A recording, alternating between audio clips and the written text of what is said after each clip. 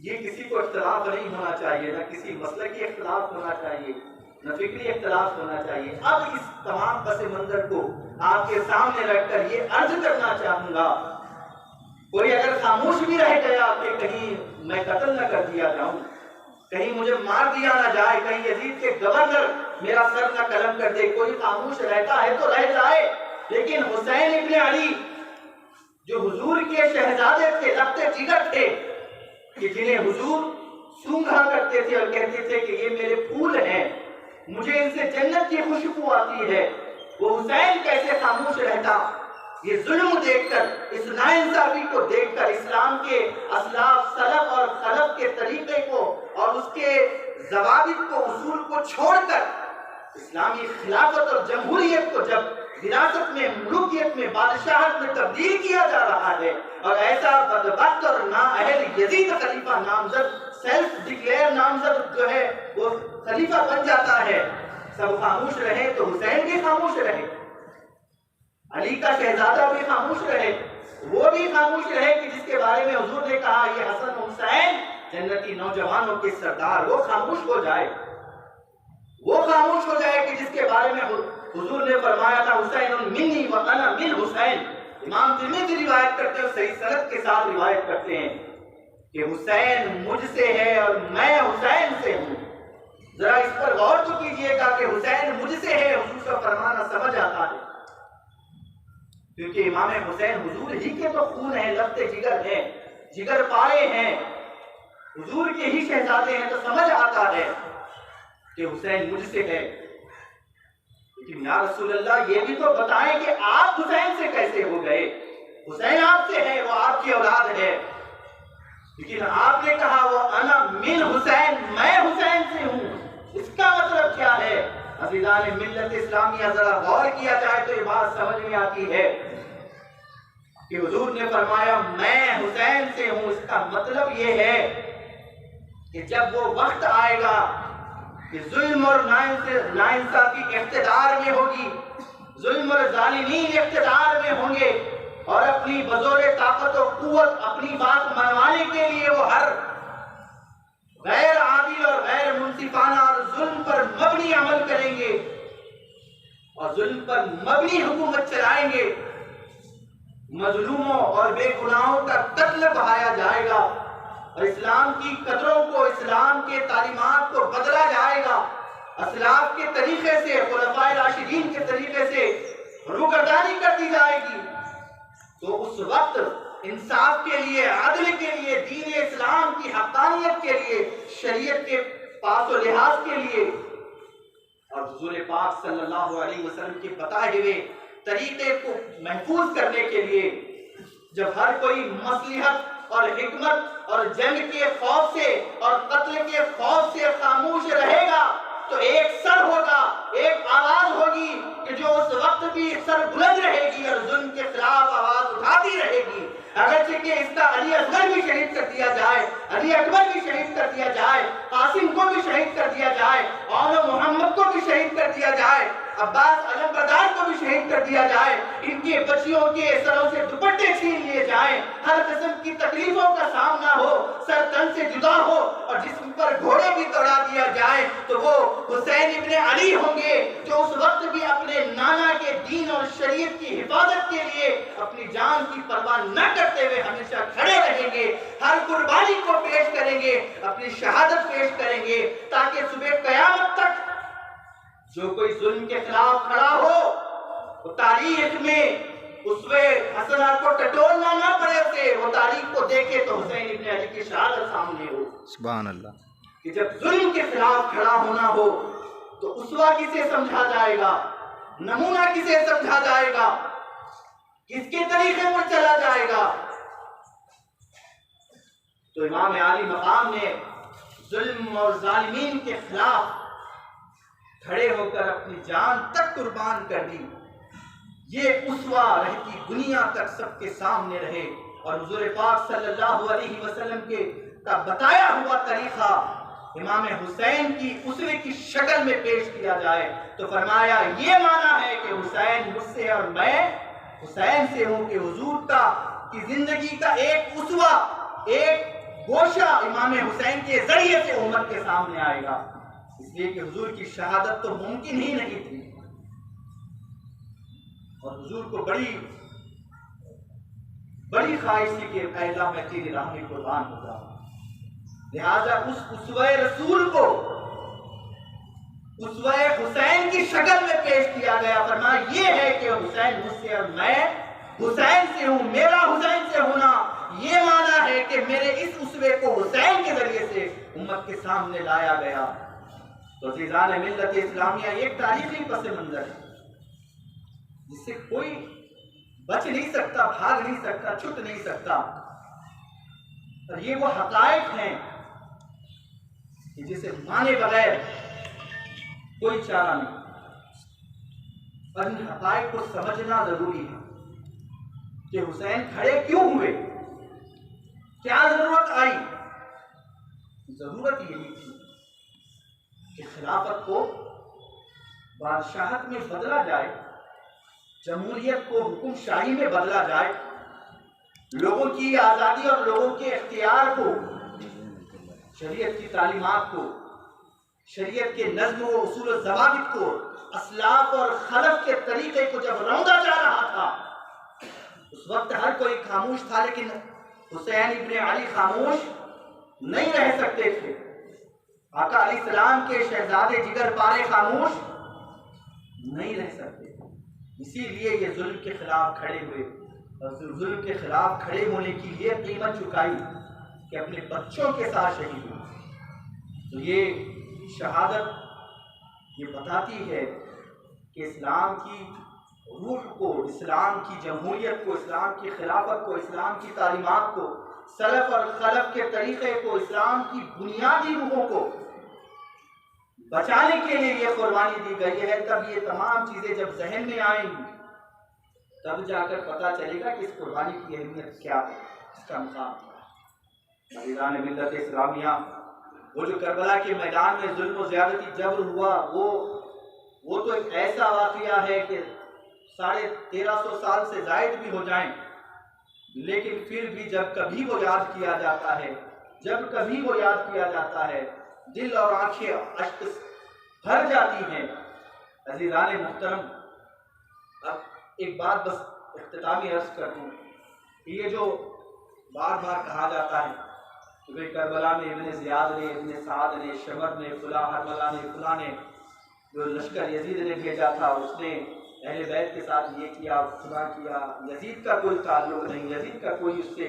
ربط ضبط نہیں، یزید کو تو پتہ ہی نہیں۔ چلیے یہ ساری چیزیں حالانکہ روایتوں میں موجود ہیں، تاریخ کے اوراق میں موجود ہیں، یہ روایتوں کو چھوڑیں،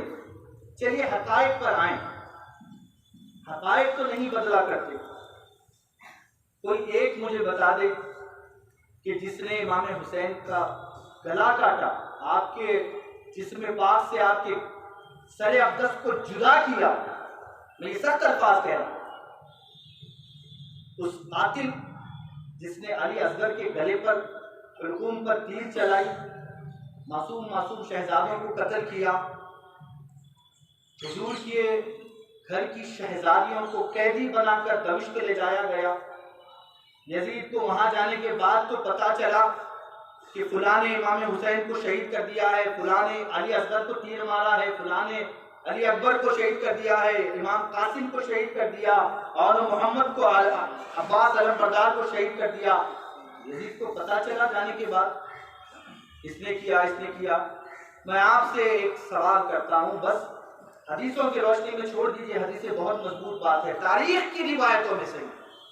تاریخ کی روایتیں تو خلط ملط ہوتی رہتی ہے، کم از کم تاریخ کی روایتوں میں کوئی ایک بتا دے کہ جو اس فوج کا سپہ سالار ابن سعد تھا، جو اس میں سرغنہ ابن زیاد تھا، یزید نے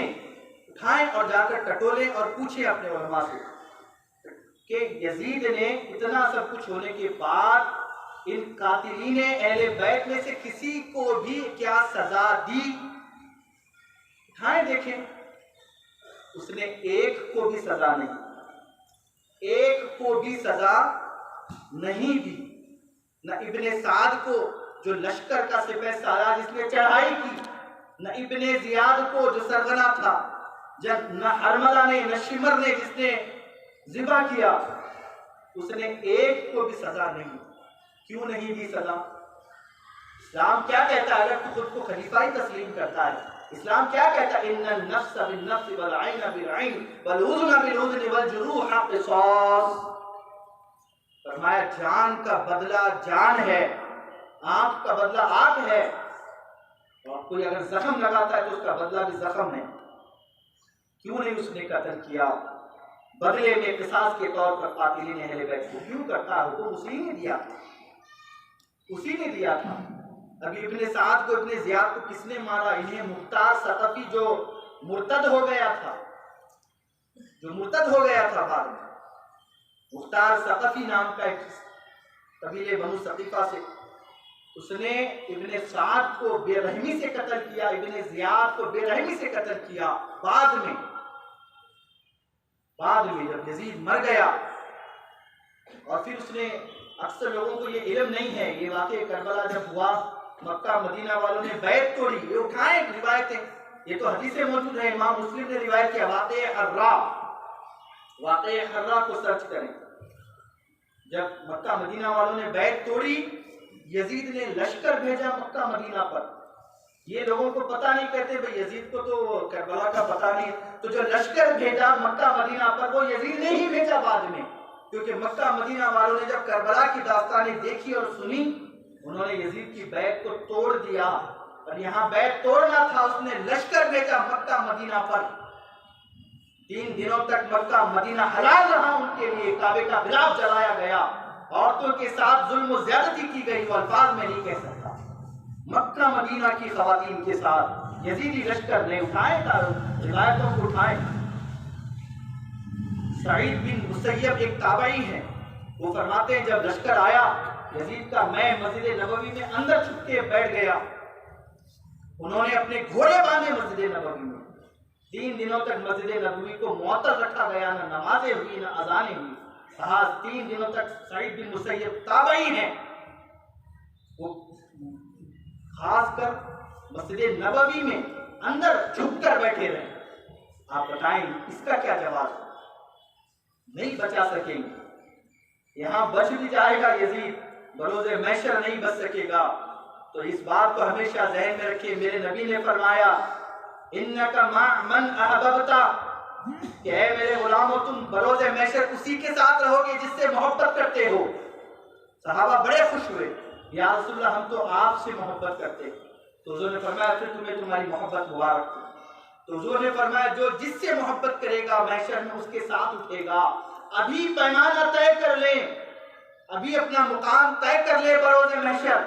کہ جو اہل بیت سے، حسین ابن علی سے محبت کرتا ہے وہ حسین کے ساتھ،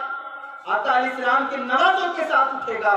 اور جو کہتا ہے بھئی یزید بے گناہ بے قصور، اس کو کچھ پتہ نہیں، اور اس سے محبتوں کا اظہار کرے گا، وہ یاد رکھے کہ اسے بھی بروز محشر یزید کے ساتھ ہی اٹھایا جانا ہے۔ اب اپنا مقام ہم خود طے کریں۔ اس لیے سچ کو سچ کہنا، جھوٹ کو جھوٹ کہنا، حق کو حق کہنا، باطل کو باطل کہنا، یہ ہمارے نبی نے سکھایا ہے۔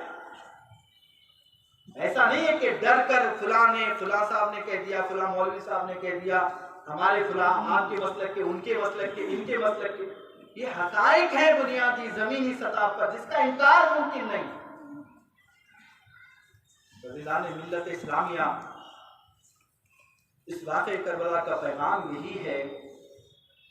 امام حسین کے اسرے اور سیرت سے پیغام اور سبق یہی نکلتا ہے کہ ہمیشہ عدل و انصاف کی خاطر، سچائی کی خاطر، مظلوموں کی خاطر، بے گناہوں کی خاطر کھڑے ہونا، ظالم اور ظلم کے خلاف، ناانصافی کے خلاف، جبر اور بربریت کے خلاف